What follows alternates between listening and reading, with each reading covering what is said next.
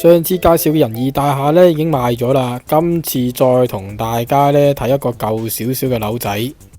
如果嫌上次個建業街仁義大廈唔夠方便呢，今次就帶你睇一個雞地啊，元朗市中心嘅好順義大廈 B 座啊。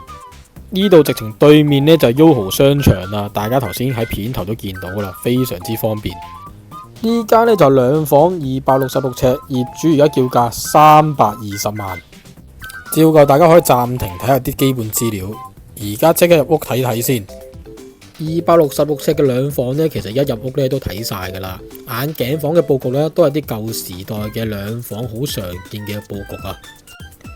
可能擺家私呢要花少少心機啦，因為呢個牆身呢其實得一面呢比較闊少少嘅啫。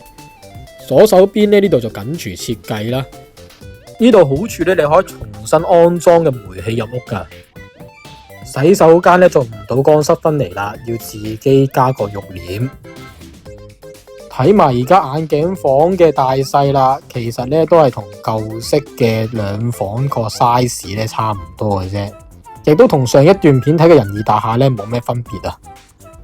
不過呢個地段就完全唔同啦，呢度望出去咧應該元朗最繁華嘅商場形點啦。然後高嗰兩棟咧就係 YOHO Hub 啦。個單位咧睇完噶啦，閂埋門咧帶你落去睇下啲小店。其實一落門口咧呢個方向咧就 YOHO 啦，但係今日就唔帶大家睇 YOHO 啦，就睇下呢啲特色小店啦。就好似呢間龍眼樹啊，賣啲小食都幾好食噶。隔籬咧唔記得影間甜品鋪，啲甜品咧同埋蛋糕咧都幾平民價下噶。所以咧雞地咧唔止 YOHO 嘅，其實咧樓下咧有好多餐廳啊或者啲小店啊。都幾值得行嘅。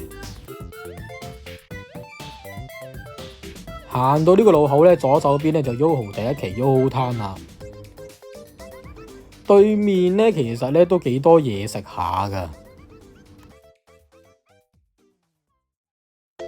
今日段片咧就短咗少少。如果大家中意呢類型嘅樓仔探樓記咧，記得 like 我段片同我講聲啦，同埋記得 subscribe 啊。我哋下次再見啦。